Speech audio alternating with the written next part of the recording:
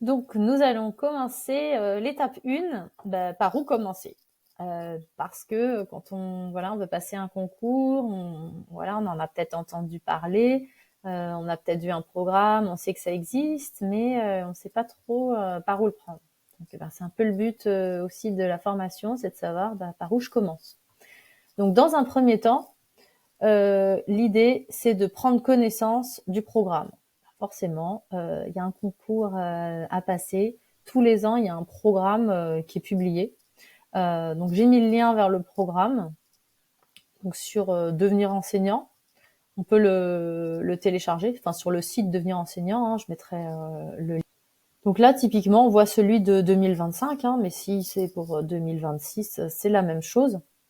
Donc on a l'ensemble des options qui existent déjà, parce que en fonction des années, il y a des options, notamment la dernière activité touristique, qui n'y est pas tous les ans. Donc on voit si déjà l'option qu'on veut passer, elle est bien présente l'année en question. Et ensuite on voit le programme dans toutes les options. Donc on voit qu'en droit, qu'est-ce qu'il faut savoir en droit. Donc en général, il y a les programmes du bac, STMG, donc de première et de terminale. Donc il faut connaître qu'est-ce que ils font en droit en première et terminale en STMG. Il faut connaître les notions. Et et en CEJM aussi en BTS. Donc CEJM, c'est culture économique, juridique et managériale. Donc ça, c'est une matière qui est commune à tous les BTS et, et qu'il faut connaître le contenu. Alors pas seulement en droit pour le CEJM, mais aussi en économie et en management. Mais en droit, on a certains chapitres de CEGM qui traitent du droit et qui sont pas forcément vus en STMG d'ailleurs. Par exemple, tout ce qui est négociation pré-contractuelle, qui est vu que en CEGM et pas en STMG, et qu'il faut connaître.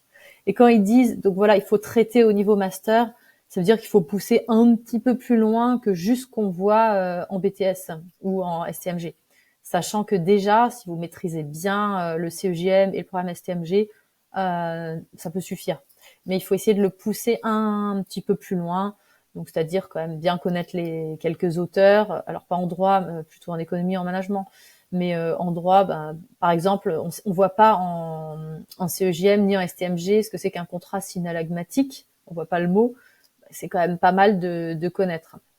Donc là, moi, je conseille plutôt de se baser sur un manuel de DCG dont je reparlerai un peu plus tard.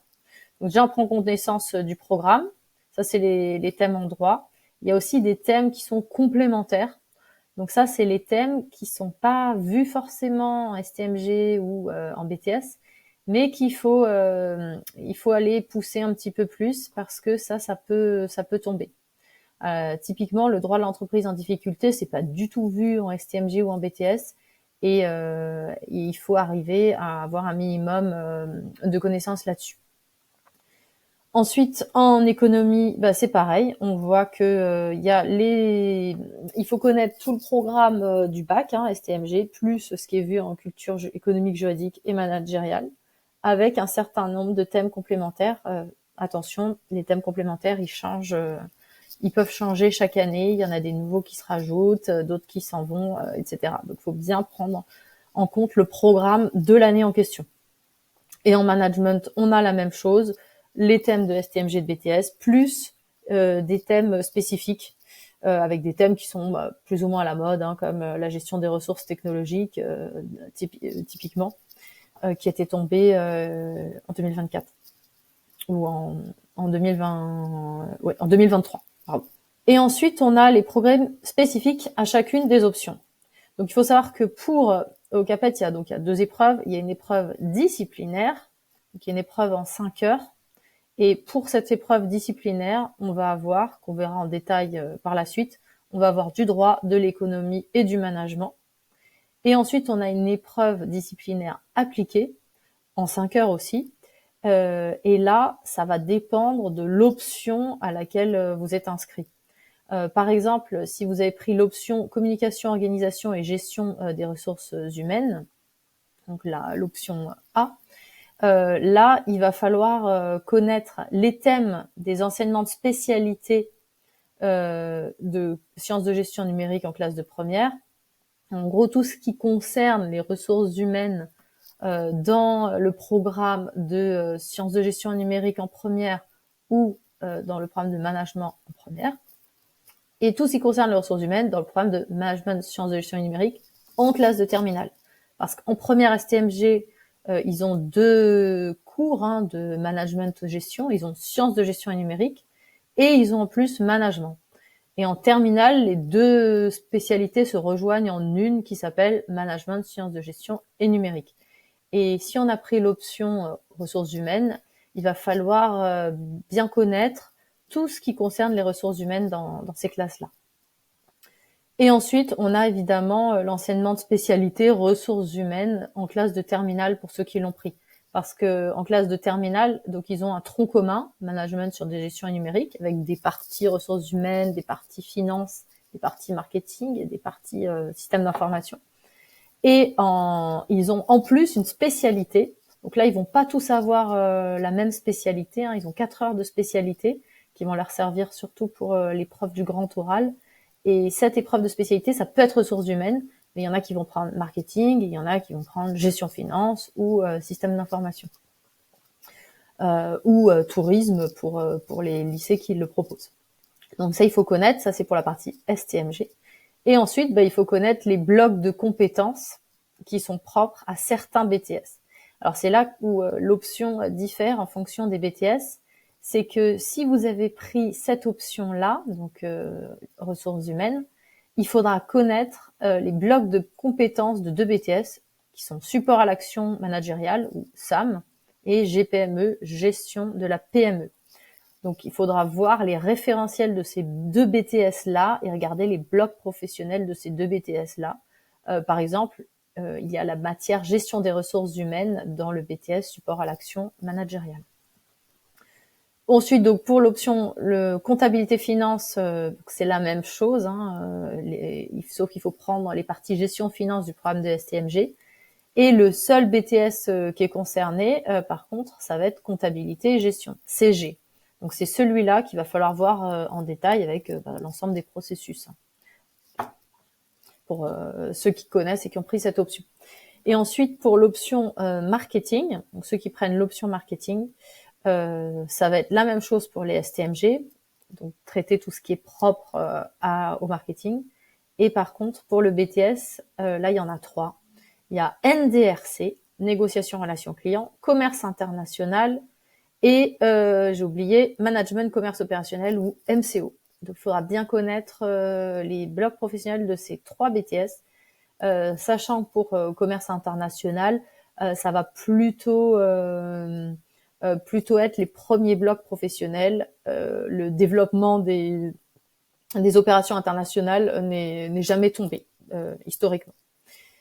Voilà, pour ceux que ça peut rassurer, les incoterms, normalement, c'est jamais tombé. Donc, a priori, ça tombera pas. Et ensuite, donc on a l'option informatique et système d'information. Donc, c'est un peu la même chose. Et ça concerne le BTS service informatique aux organisations ou SIO. Donc, un seul BTS aussi. Et pareil pour tourisme, c'est avec le BTS tourisme. Donc, voilà pour ce qui est du programme. Donc, bien lire le programme et le dernier programme en vigueur. Comme ça, au moins, vous avez une idée du contenu qu'il va falloir travailler. Ensuite, ce qui est important aussi, une fois qu'on sait qu'est-ce qu'on va apprendre, c'est de lire le rapport de jury. Alors, le rapport de jury, ça peut paraître, c'est aussi sur le site Devenir enseignant. Ça peut paraître pas forcément agréable à lire au départ, parce que c'est assez dense, et pour autant, c'est vraiment une mine d'informations.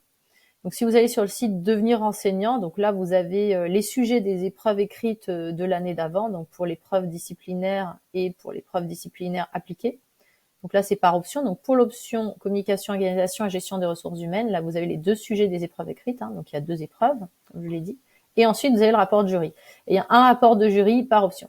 Donc, si j'ouvre celui de ressources humaines, donc c'est le premier, mais je pourrais très bien ouvrir celui de compta finance, où là, vous avez celui de tourisme, celui de système d'information, etc. Il faut bien prendre le bon. Sachant que l'épreuve disciplinaire, c'est la même épreuve pour tous et le rapport de jury est commun. Le rapport de jury, en fait, il diffère juste pour l'épreuve disciplinaire appliquée, puisqu'elle est spécifique par option. Donc, je vais ouvrir le rapport de jury, déjà pour vous montrer ce qui est important et comment le lire. Donc voilà, donc là, vous avez le rapport de jury de 2024, avec un petit sommaire, donc présentation du concours, avec les dates, les données statistiques de réussite, des choses sur la réglementation, et après, vous avez les épreuves. Et il y a des conseils qui sont vraiment très utiles. Alors, je dis, c'est un peu peut-être lourd à lire parfois, parce que voilà, il fait 48 pages, et pour autant, il y a des choses qui sont vraiment indispensables. Donc là, vous avez les épreuves. Donc ça peut être intéressant à savoir si vous n'avez pas encore les dates. Si vous passez en 2026, vous n'avez pas encore les dates. Là, vous avez une idée des dates. D'une année sur l'autre, ça change un petit peu, mais grosso modo, c'est toujours au mois de mars les écrits et les résultats des écrits au mois d'avril.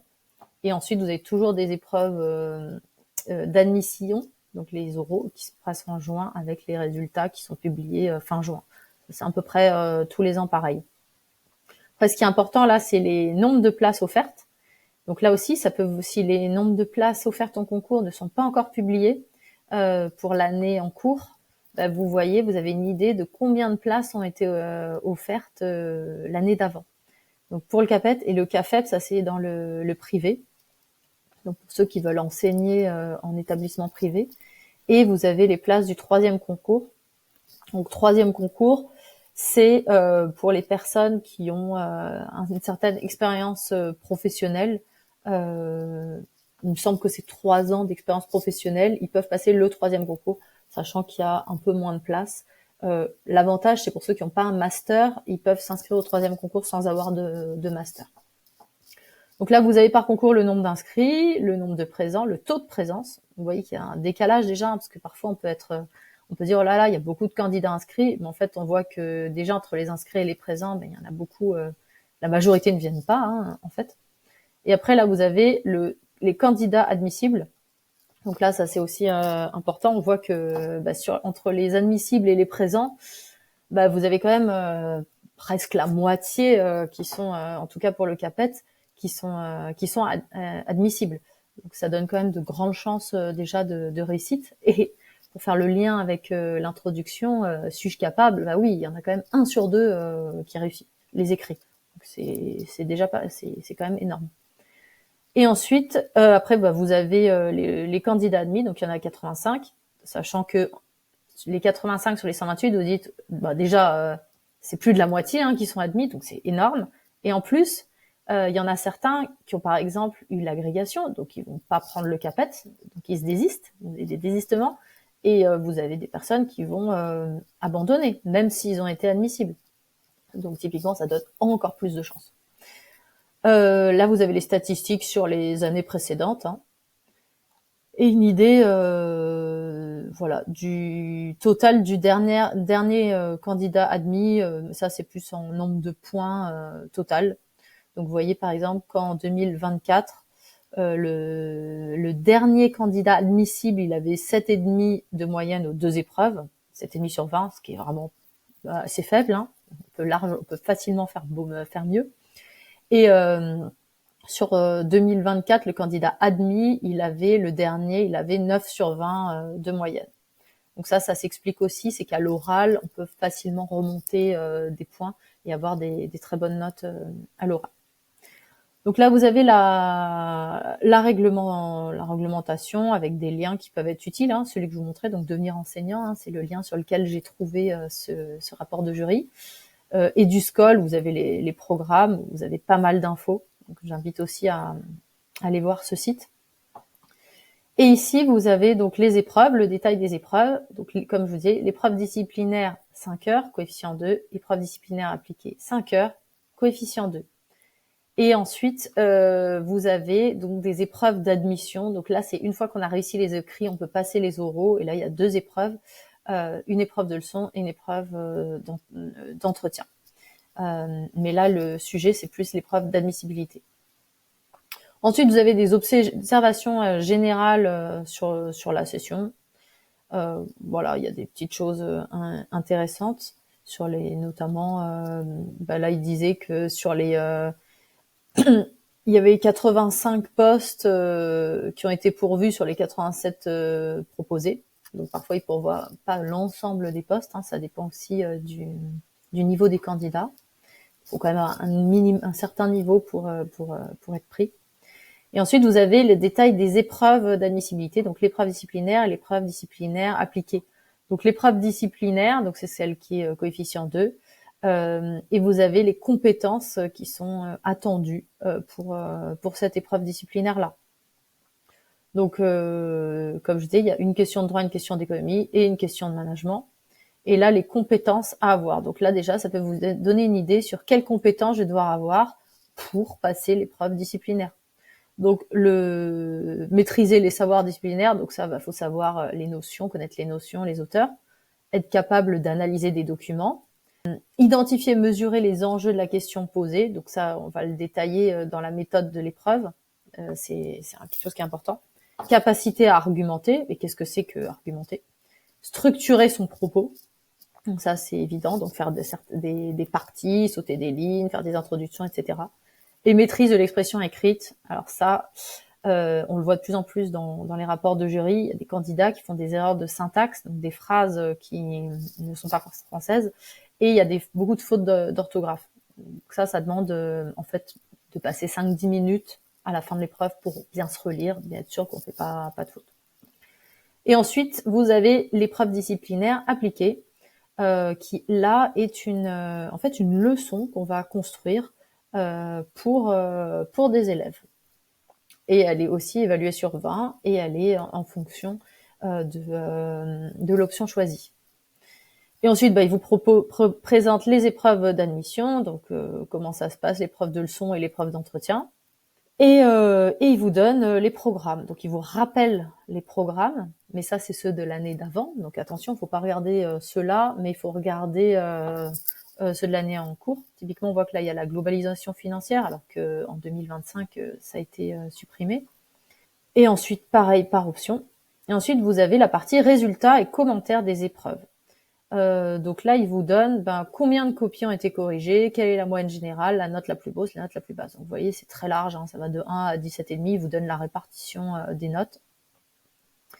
Et il vous dit combien ont eu une note inférieure ou égale à 5. C'est vraiment la répartition des notes là, pour chaque concours. Donc pareil pour le 3e concours.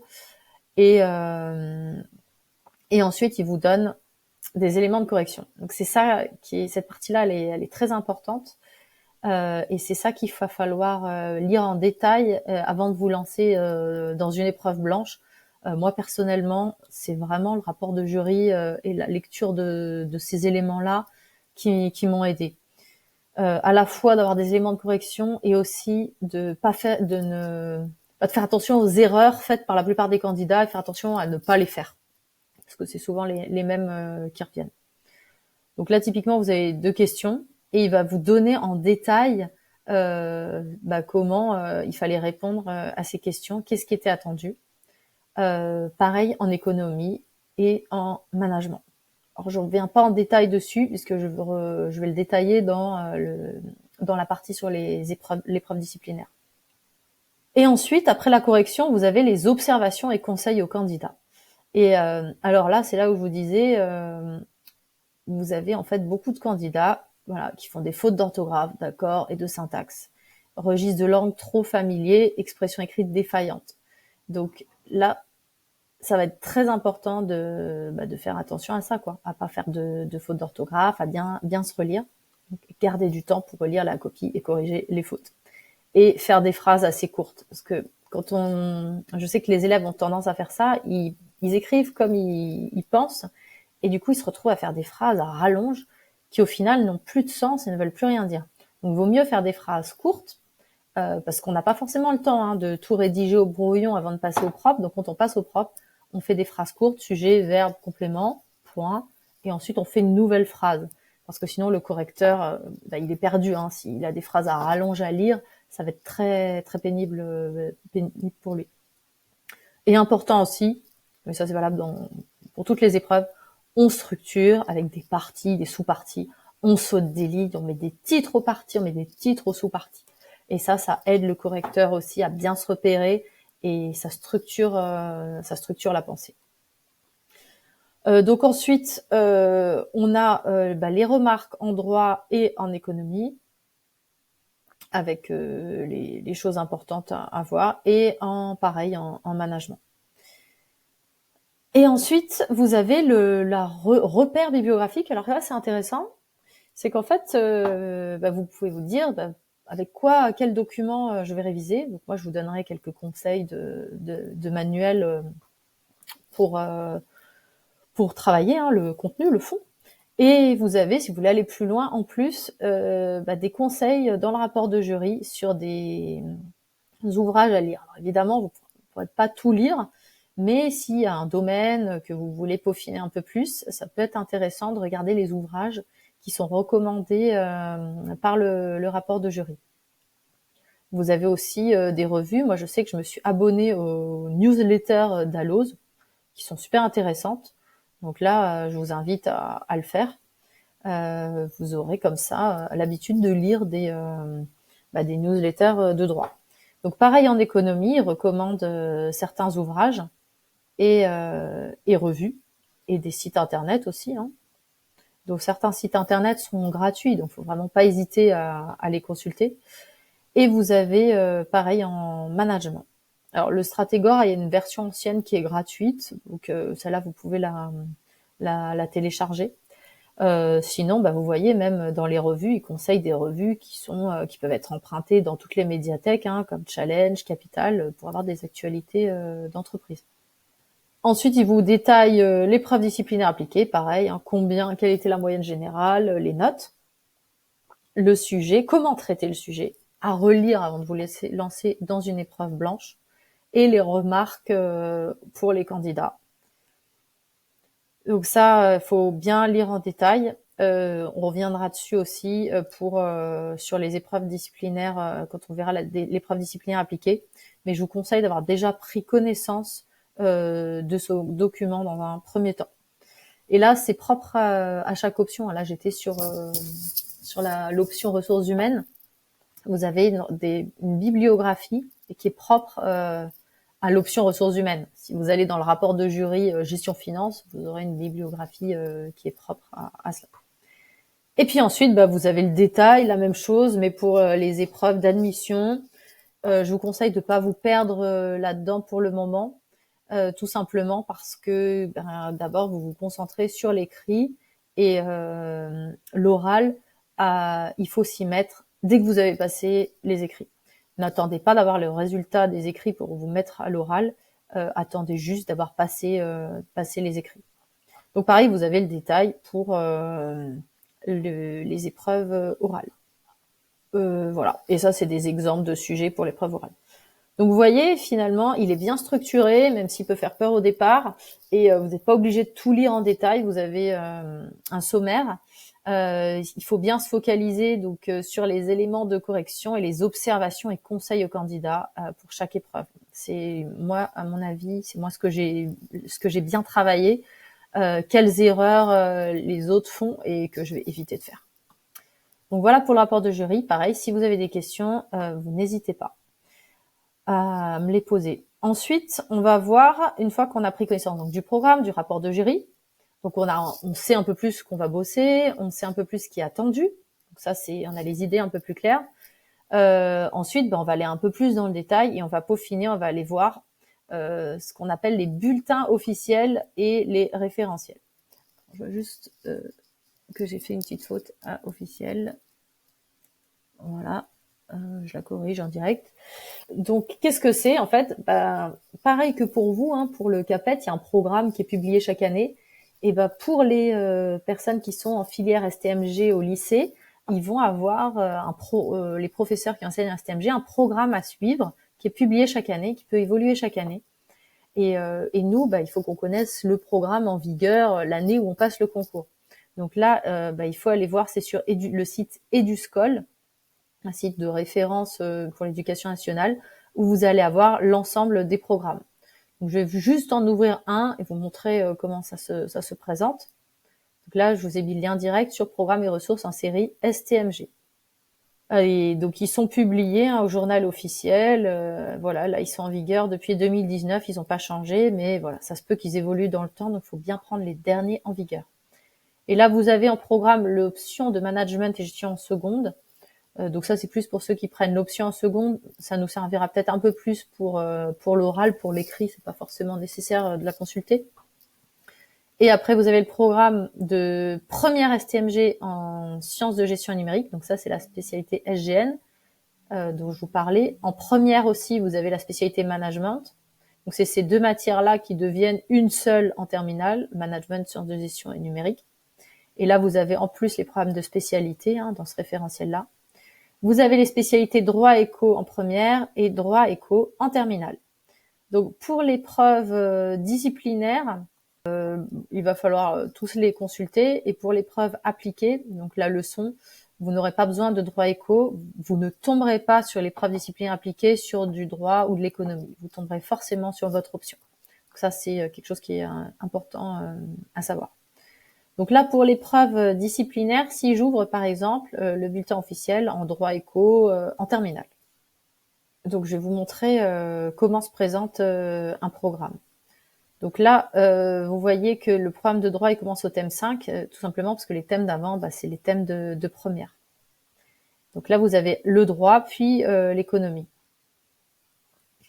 Donc là, vous avez un petit préambule qui vous explique le programme.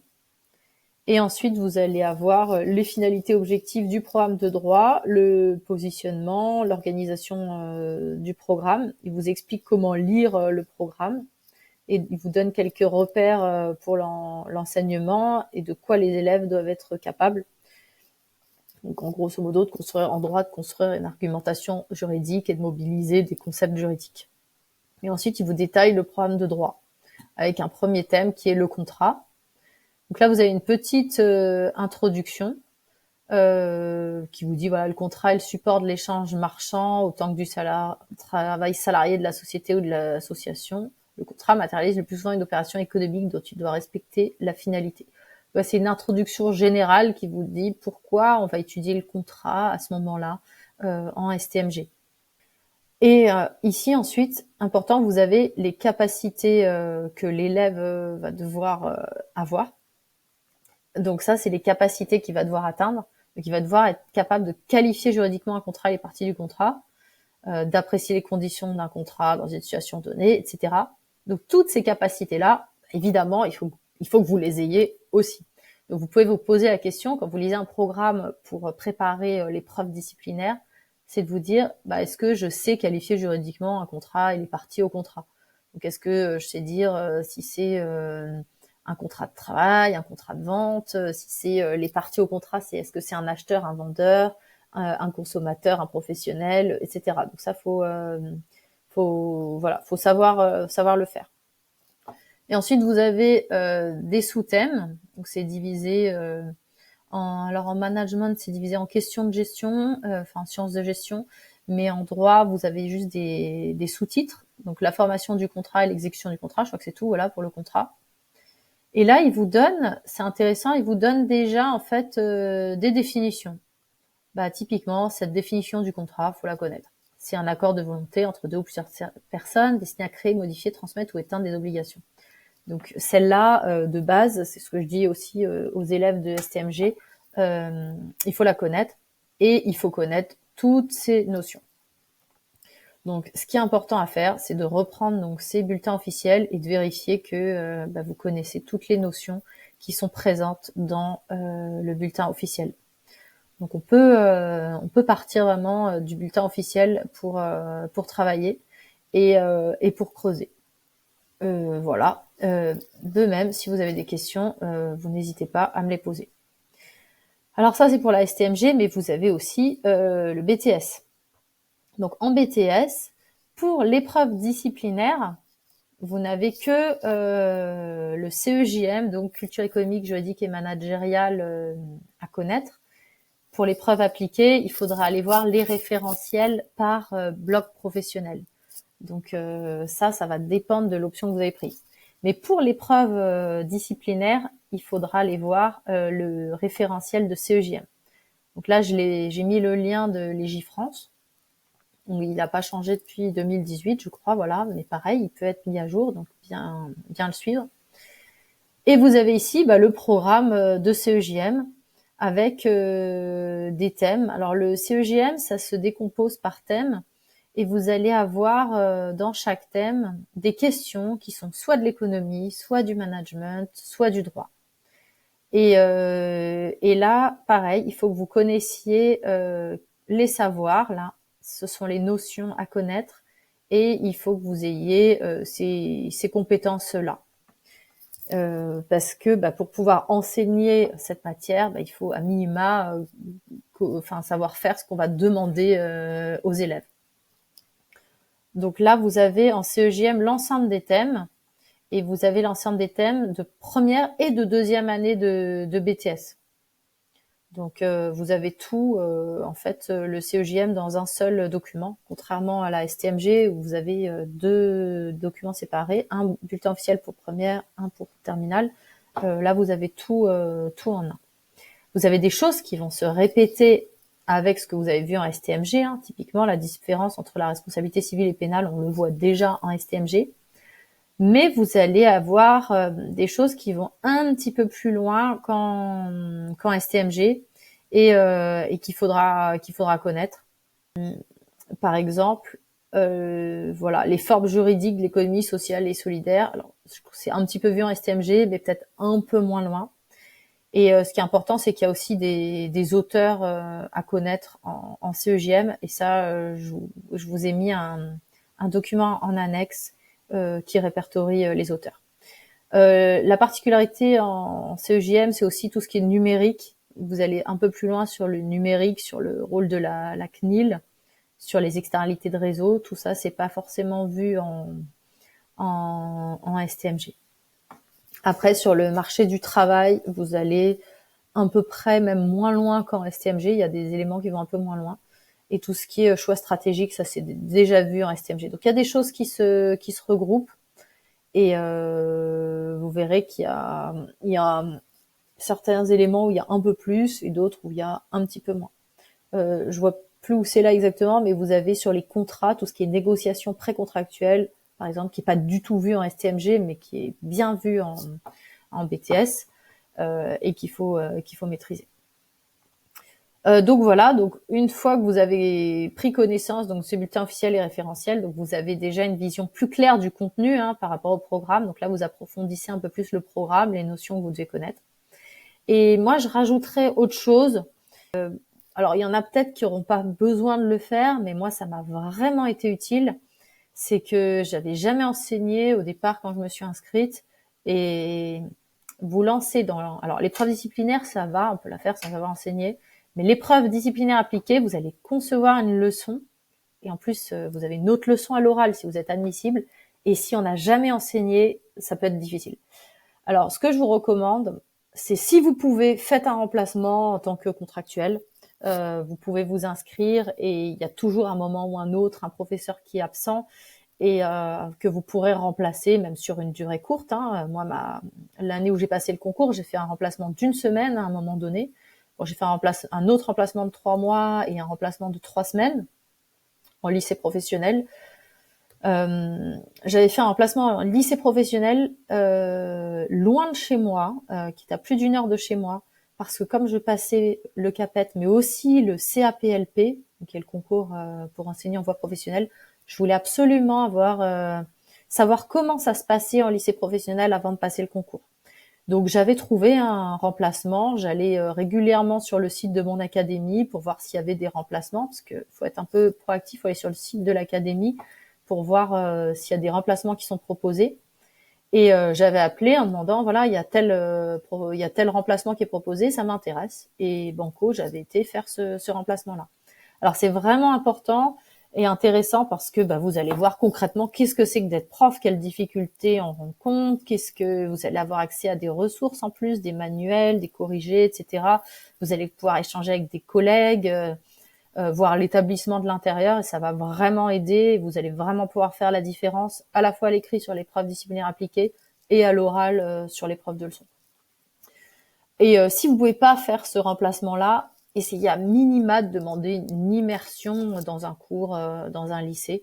Voilà, il suffit de soit vous connaissez quelqu'un qui est professeur, soit vous contactez un lycée, vous demandez si vous pouvez assister à un cours d'auditeur libre.